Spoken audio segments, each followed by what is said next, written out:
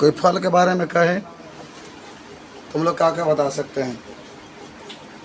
कल मैंने कहा था आपको कि जो निषेचन होता है और जब निषेचन की क्रिया संपन्न हो जाता है तो निषेचन के बाद देखो माने फल की बात हो गया कि जब निषेचन की क्रिया संपन्न हो जाता है तो परिपक्व अंडाशय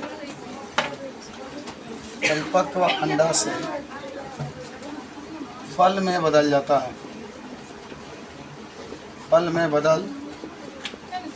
है।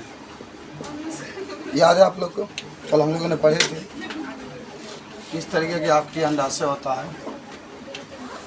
ठीक है, ये वर्तिका है, ये वर्तिकाग्र है, ये वर्तिकाग्र है, ये वर्तिका है और ये अंडाशय है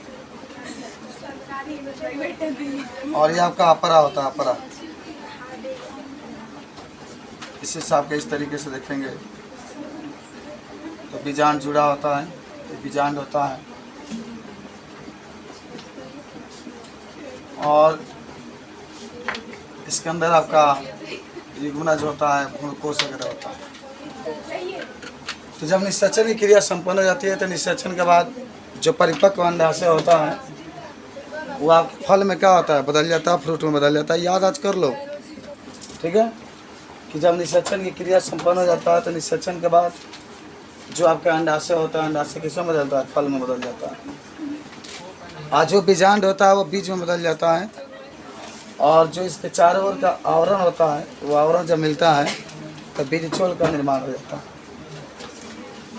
अब जो बातें आपके होंगे फल के प्रकार की बात हम लोग करेंगे, फल के प्रकार की बात हम लोग करेंगे।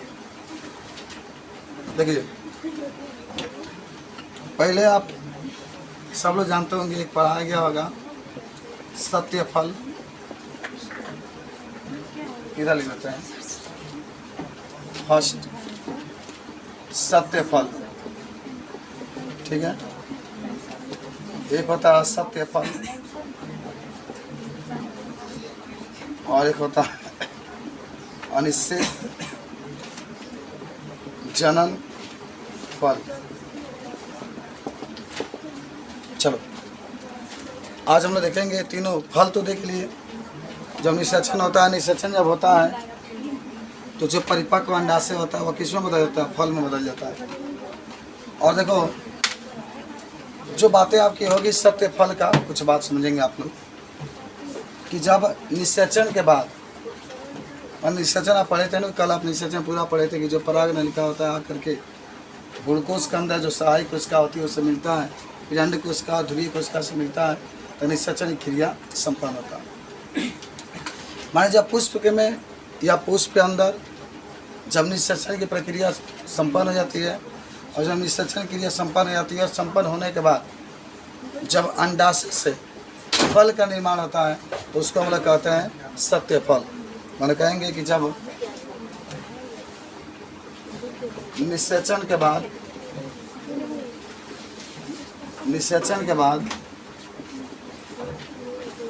अंडाशय से फल का निर्माण होता है, फल का निर्माण होता है तो उसे सत्य फल कहते हैं। तो उसे सत्य फल कहते हैं। क्या कि निषेचन के बाद अंडाशय से जब फल का निर्माण होता है तो उसे क्या कहते हैं? सत्य फल कहते हैं। जैसे आप उदाहरण में सब लिख सकते हैं, आम भी लिख सकते हैं, जामुन आप लिख सकते हैं, कटहल भी आप चाहे तो लिख सकते हैं। यह अधिकतर जो जितने भी, मैं लगभग हमको लगता है कि अगर 100 पौधा चुने तो उसमें से 95 पौधे ऐसे होते हैं जिसका निर्माण, माने जिसमें फलों का निर्माण अंडाशय से होता है। तो निषेचन की क्रिया संपन्न होती है और निषेचन के बाद जब फल का निर्माण अंडाशय से होता है तो उसी को हम लोग क्या कहते हैं, सत्य फल। जैसे आम हुआ, जामुन हुआ, कटहल हुआ, या बहुत सारे आप देखते होंगे, लेकिन कुछ मत, जैसे सेब को मत कहिएगा, केला को मत कहिएगा, नाशपाती को मत कहिएगा। ये सब ऐसे फल होते हैं ना जो वह सत्य फल में नहीं आते। देखो अंडाशय का मतलब क्या हुआ, ये अंडाशय देखो यहाँ पर, ये जो आप देख रहे हैं ये अंडाशय है, और इसी अंडाशय से आपका किसका निर्माण होता है, फल का निर्माण होता है। ये अंडाशय जो देख रहे हैं, जब निषेचन की क्रिया संपन्न होती है तो ये अंडाशय आपके फल में बदल जाता है, तो उसी को हम लोग कौन सा फल कहते हैं, सत्य फल कहते हैं। याद करो सब लोग, ठीक है।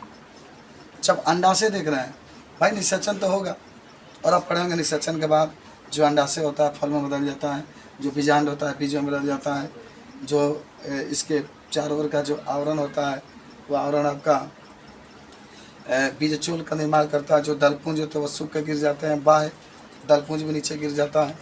ये निषेचन के बाद की पूरी प्रक्रिया होती है, और जो प्राथमिक कोशिकाएँ होती है वो भी नष्ट हो जाती है, ये गुणज बनता है, फिर आपके भ्रूण वगैरह का निर्माण आपका होता है। कोई आपसे पूछा कि असत्य फल किसे कहते हैं, तो देखो बाबू आपको याद भी होगा कि जो ये अंडाशय देख रहे हैं, इस अंडाशय के नीचे आपका पुष्पासन इस तरीके से उपस्थित होता है, आप देखे भी होंगे। ये पुष्पासन है, पुष्प का आसन, जिसके ऊपर पुष्प, जिसके ऊपर अंडाशय स्थित होता है, ये पुष्पासन होता है।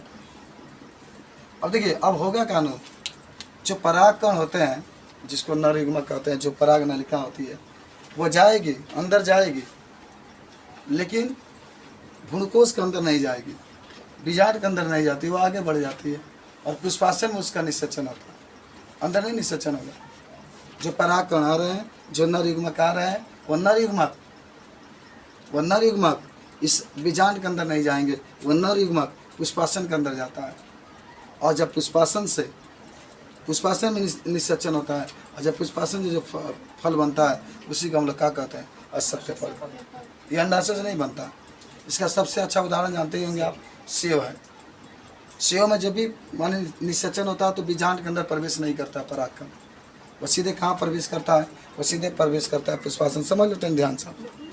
मान जब भी आपसे कोई पूछे कि क्या होते हैं असत्य फल, तो आप कहेंगे जो पराग नलिका आती है ना, तो पराग नलिका बीजांड के अंदर नहीं जाती है, बीजांड के अंदर प्रवेश नहीं करती है, वो जो होती है सीधे कहाँ आ जाती है, पुष्पासन के पास आ जाती है, और पुष्पासन में निषेचन होता है, और पुष्पासन जो होता है आपका किसमें बदल जाता है, फल में बदल जाता है, तो उसी को हम लोग कौन सा फल कहते हैं, असत्य। तो मैं लिख देता हूँ यहाँ पर, याद रखेंगे कि जब पुष्पासन में निषेचन के बाद फल का निर्माण होता है, तो उसे असत्य फल कहते हैं। कौन फल कहोगे बाबू, असत्य फल। किससे निर्माण होगा, पुष्पासन से निर्माण होगा। पुष्प का मतलब होता है नीचे पाया जाता है। मैं लगातार कह रहा हूँ कि परागकण जो होंगे, जो पराग नलिका होती है वो बीजांड के अंदर प्रवेश नहीं करेगी, पुष्पासन के अंदर आएगी, पुष्पासन में निषेचन होगा, और ये पुष्पासन आपके फल में बदल जाता है। ठीक है। अब देखो इसके सबसे अच्छा उदाहरण होता है, याद रखेंगे, प्यारा सा उदाहरण होता है सेब। सेब आप कह सकते हैं, नाशपाती भी आप कह सकते हैं।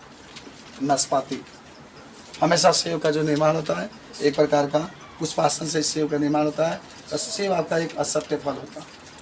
जब ये बात असत्य फल का कहेगा तुरंत आप बता सकते। अच्छा, अनिषेक जनन फल, ये बिना निषेचन का ही आप इसमें कह सकते हैं। आपके पास मैंने सब कुछ भेजा था, क्या पढ़ कर आएंगे, नहीं पढ़ेंगे फिर भी कोई बात नहीं, मैं पढ़ा ही रहा हूँ आपको। बिना निषेचन के जब फल का निर्माण हो जाता है तो इसे अनिषेक जनन फल कहते हैं, या इसी को अनिषेक जनन भी कहते हैं। अनिषेक जनन फल कहते हैं। चलो, अच्छा, इसके सबसे अच्छा उदाहरण क्या होगा, केला याद रखिएगा। अच्छा, अब केला देखते हैं ना, जो केला का घौद होता है उल्टा लटका होता है, उसका देखिएगा, जानते हो जो वर्तिक, ये जैसे अभी बताते पहले उदाहरण लेते,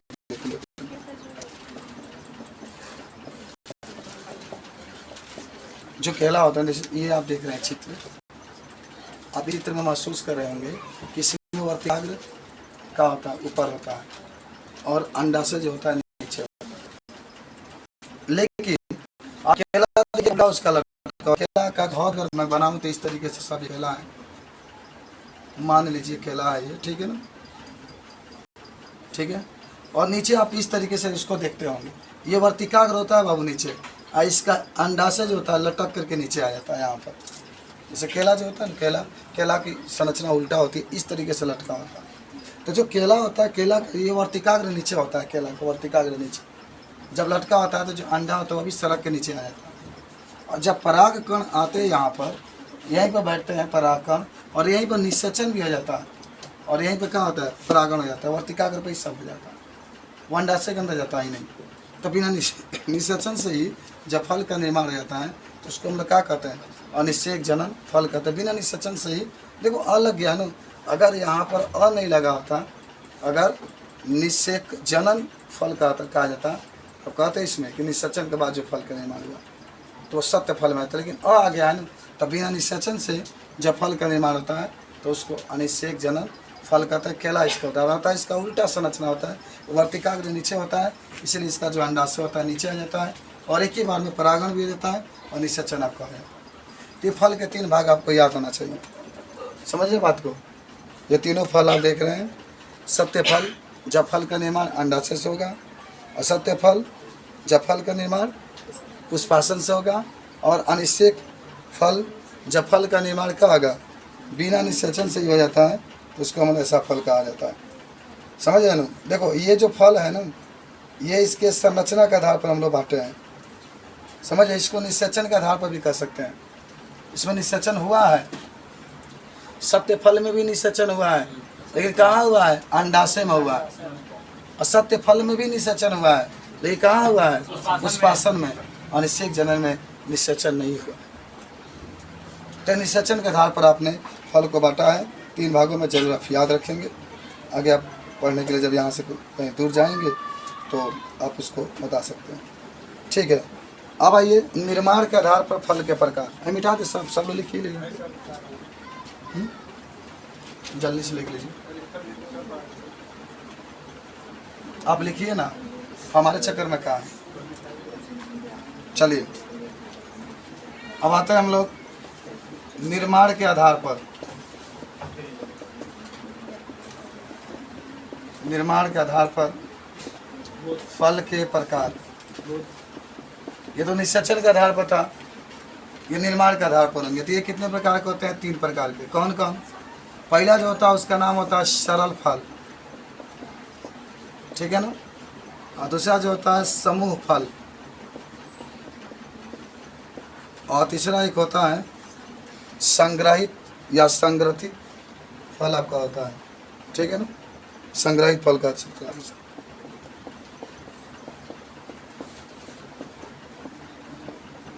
चलिए आइए, अगर आपसे लिखा गया इधर में लिख लिए हैं, हाँ जल्दी लिखिए, तब आपको पढ़ा रहे हैं, बारे में आप लोग सीख लीजिएगा। तो निर्माण के आधार पर फलों के प्रकार के पास हम लोग चल रहे हैं, ठीक है ना। सुनिएगा ध्यान से। आपसे कोई पूछा कि सरल फल किसे कहते हैं, सरल माना होता है साधारण, तो इसका आप आंसर बताएंगे ना कि जब एक पुष्प से, माने एक फूल से जब केवल एक फल का निर्माण होता है। याद करो सब लोग, एक फूल है और एक फूल से जब एक फल का निर्माण होता है तो उसी को हम लोग क्या कहते हैं, उसी को हम लोग कहते हैं सरल फल।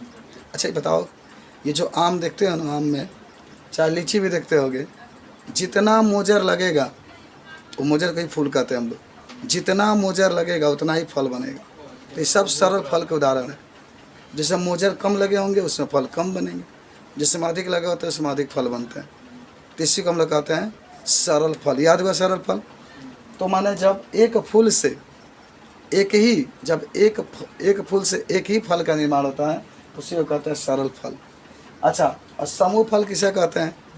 समूह फल का मतलब एक फूल से बहुत अधिक संख्या में क्या बनते हैं, फल बनते हैं। बताओ इसका उदाहरण। इसका उदाहरण अंगूर भी कर सकते हैं, सबसे अच्छा इसका उदाहरण होता है, समझ रहे ना। मदार भी कर सकते हैं। संग्रहित फल में भाई कहेंगे आप ऐसे फल, देखो ऐसे फल जिसके, देखो आप पढ़े भी होंगे कि एक अंडाशय होता है, अंडाशय के चारों पुंकेसर होते हैं, फिर इसके ऊपर दलपुंज होता है, फिर नीचे आपका बाह्य दलपुंज होता है। तो आप कहेंगे कि जब फूल से फल का निर्माण होता है, तो समझना बात को, तीनों की परिभाषा हम बता रहे हैं कि जब फूल से फल का निर्माण होता है, लेकिन उसमें उपस्थित जो दलपुंज होता है वह उसके ऊपर माने एक समझिए कि भीति के रूप में बन जाता है, माने चिपक जाता है, उसके खोइया बड़ा मोटा हो जाता है, तो उसको हम लोग कौन सा फल कहेंगे, संग्रहित फल। माने उसके दलपुंज भी उसमें चिपक जाता है, दलपुंज भी उसके ऊपर चिपक जाता है। जैसे कटहल का नाम सुने होंगे, कटहल भाई, कटहल का जो आप देखे होंगे भीति बहुत मोटी होती है। या फिर अनारस के बाद सुने होंगे, या अनार के बाद सुने होंगे, उसका भीति बहुत क्या होती है, मोटी होती है। तो थोड़ा सा लिख लेते हैं, इसको लिखो। जब एक फूल से केवल एक फल का निर्माण होता है तो इसे सरल फल कहते हैं। एकदम याद कर लो बाबू सब लोग, ठीक है ना। जब एक फूल से केवल एक ही फल का निर्माण होता है तो उसको हम लोग सरल फल कहते हैं। उदाहरण में आप ये भी बहुत ज़्यादा दिखाई देता, आम लिख सकते हैं, लीची लिख सकते हैं आप, इसमें भी वही बात होती है, जामुन आप लिख सकते हैं, ठीक है। समूह फल की बात करेंगे आप, तो समूह फल में जब एक फूल से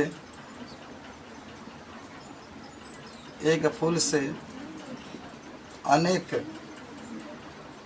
फल का निर्माण होता है,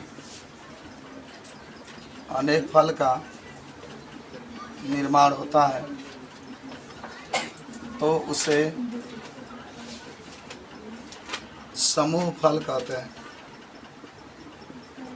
समूह फल कहते हैं, ठीक है। और उदाहरण में तो आप जानते ही होंगे, अंगूर लिख लीजिएगा, बहुत बेस्ट उदाहरण इसका है, समझ रहे बात। और तीसरा एक होता है संग्रहित। संग्रहित माने ग्रहण करना। जब फूल से फल बनता है, जब फूल से फल बनता है तथा दलपुंज उस फल के चारों ओर एक भीति बना लेता है तो उसे संग्रहित फल कहते हैं।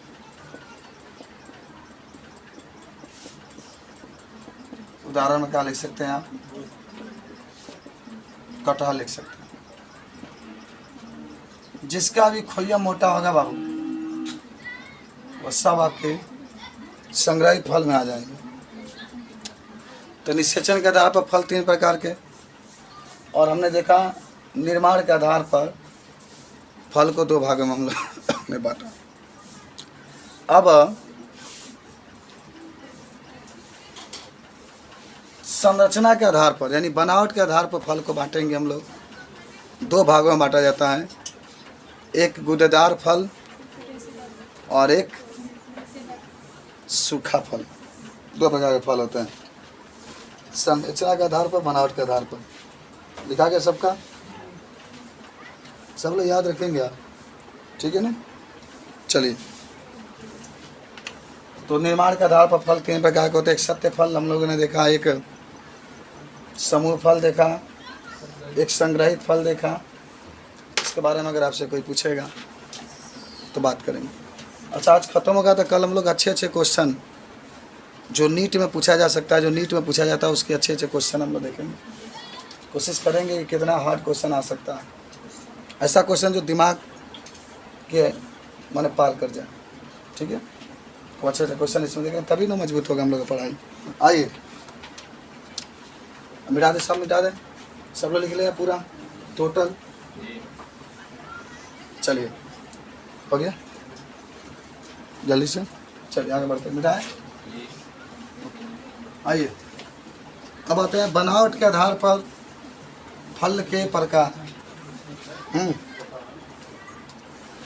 निम्नाला बनावट के आधार पर फल का प्रकार। देखिए, जब बनावट के आधार पर कहेगा तो पहला मांसल फल और दूसरा सूखा फल। देखिए, मांसल फल का मतलब होता है कि ऐसा फल जिसमें बहुत अधिक गुद्दा उपस्थित होता है। याद रखिएगा, ऐसा फल जो गुद्देदार होता है, जिसमें रस होता है, उसको हम लोग कहते हैं मांसल फल। और सूखा फल ऐसा फल जो सूख जाता है, जैसे अंगूर ले लो ना, तो अंगूर जब ताज़ा होता है तो वह मांसल फल में आता है, उसमें देखिएगा खूब बढ़िया से रस होता है, गुद्दा होता है। लेकिन वही जब सूख जाता है तो किशमिश बन जाता है। याद करिएगा, उसको किशमिश बनाया जाता है सुखा करके। क्या संतरा माने? उस संतरा लड़का सही बोला है। अभी एक टॉपिक आप पढ़ेंगे, बहुभुणता, बहुभुणता, उसी में संतरा इसका उदाहरण हो गया। तो वही लड़का सोच के बोला। तो ऐसा फल जो क्या होता है, आगे के सोचता नहीं, भविष्य के सोचता है। वर्तमान की कोई जरूरत नहीं है भाई, टंगड़ी टूटी देखा है, लेकिन भविष्य में जो टंगड़ी बचा उसको नहीं टूटना चाहिए। हाँ चलो लिख लेते हैं इसको। देख लो बाबू, ऐसे फल जो गुद्देदार या रस्सेदार होते हैं उसे मांसल फल कहते हैं। उसे मांसल फल का उदाहरण निकलो। अरे आम तो लिख ही सकते हो भाई, आजकल आम आपको मिल ही रहा होगा खाने के लिए, रोज खाते हैं हम। लीची भी नहीं मिल रहा, नहीं मिल रहा। अंगूर भी लिख सकते, बहुत मिल रहा होगा। आपके घर जो रिश्तेदार होंगे को अंगूर लेके आते तो लाते ही होंगे, एक याद है कि हाँ ये कहो। और ऐसे फल जो सूखे हुए होते हैं, सूखे हुए होते हैं, उसे सूखा फल कहते हैं। उसे सूखा फल कहते हैं। याद करो उदाहरण,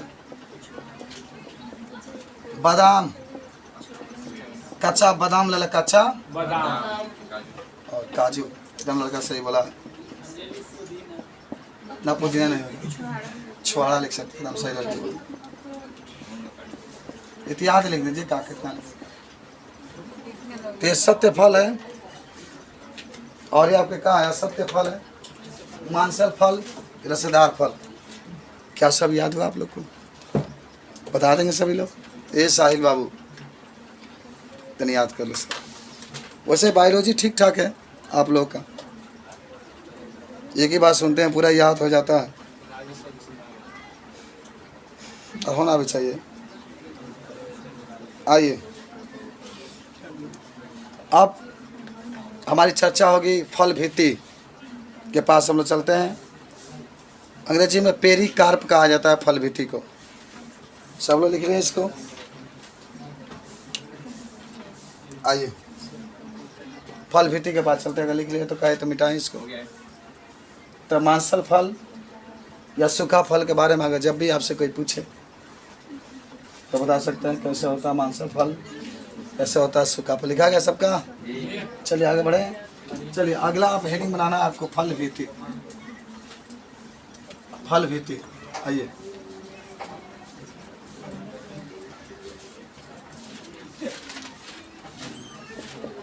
फल भीति। अंग्रेजी में हम लोग कहते हैं इसको पेरिकार्प। पेरिकार्प।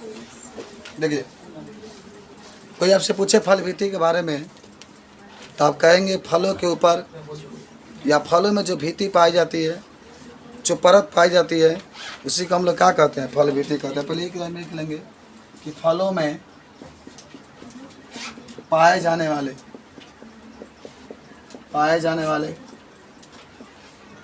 भीति को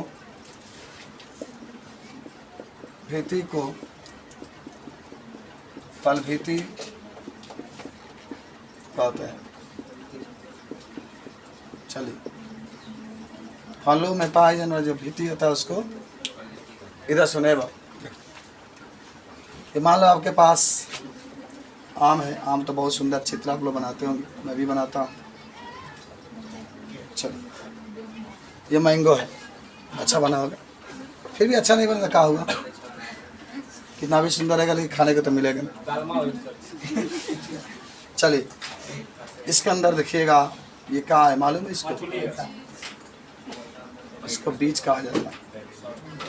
चलिए, हम लोग आठली भी जानते हैं, वो नहीं जानते इसको। ठीक, सब लोग जानते हैं। देखो, ये जो आप फल देख रहे हैं, कोई भी आम बनाइए, पपीता बनाइए, तो अब इस आम में अधिकतर 3 भीतियाँ पाई जाती है। माना अगर कोई पूछे आपसे कि फल, ए बाबू ये पढ़ो पहले, फल भीति के प्रकार, तब फल भीति आपके 3 प्रकार। एकदम सही बोला लड़का, एकदम सही। तुम जो बोलोगे सब सही है।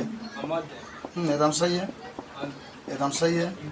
बाय फल भीति, इसको अंग्रेजी में क्या कहते हैं? इसको क्या बोलते हैं? एपिकार्प। एकदम सही बोला लड़का, एपिकार्प। एक होता है मध्य फल भीति, क्या बोल रहे हो? मीजोकार्प। एकदम सही बोला, मीजोकार्प। और एक होता है अंता फल भीति, इंडोकार्प कहते हैं ना इसको। एकदम सही बोला, अंता फल भीति, इंडोकार्प। अब सुनो, तुम तो आम खाते हो, खाना भी चाहिए क्योंकि इसमें प्रोटीन बहुत अधिक मात्रा में पाया जाता है। ये जो देखो, ये तो तुम देख रहे हो ना, इसको हम लोग क्या कहते हैं? खोइया कहते हैं, खोइया। ये क्या है? खोइया है। ठीक, जो खोइया के अंदर ये परत देख रहे हैं ना, ये वाला हिस्सा, ये वाला जो परत देख रहे हो, ये वाला हिस्सा, अरे जिसको तुम लोग खाते होगे ना खोइया के, चाँस के नहीं खाते हो? अरे बेल ओल के जो होता है, बेल भी खाते हैं तो अभी चम्मच से खिकोर के खाता है। तो ये जो परत होता है इसी को हम लोग कहते हैं, देखो, बाय फल भीति। ओकरा पास गुद्दा होता है, गुद्दा है ना, मुँह करके खाते हैं। भाई गुद्दा है पूरा। हाँ, जैसे खोइवा छील लेते हैं और तब खोइवा में जो लगा रहता है चाटते हैं ना, तो बाय फल भीति कहते हैं। जो खोइवा में लगा होता है, हमिद बाबू समझ लो, बाय फल भीति का होता है। खोइया जब छीला जाता है और उसमें जो गुद्दा लगा होता है उसको चाटते हैं हम लोग, वो बाय फल भीति है। बाद में सिंगार पटार करिए, बहुत सुंदर पढ़ लो। चलिए आइए, ओकरा बाद से अंदर वाला जितना गुद्दा होता है, गोटोका काट के आदमी खाता है, गोटोका, तो उसको हम लोग कहते हैं मध्य फल भीति।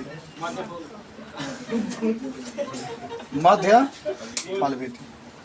अच्छा, हम लोग खा लिए, खाने के बाद कुछ फेंक देते हो तो अठोलिया, तुम लोग का भैया छोटका है, वो चाटता है लेकर अठोलिया पर, तो अठोलिया के ऊपर जो गुदवा चिपका रहता है ना, इसको हम लोग कहते हैं अंता फल भीति।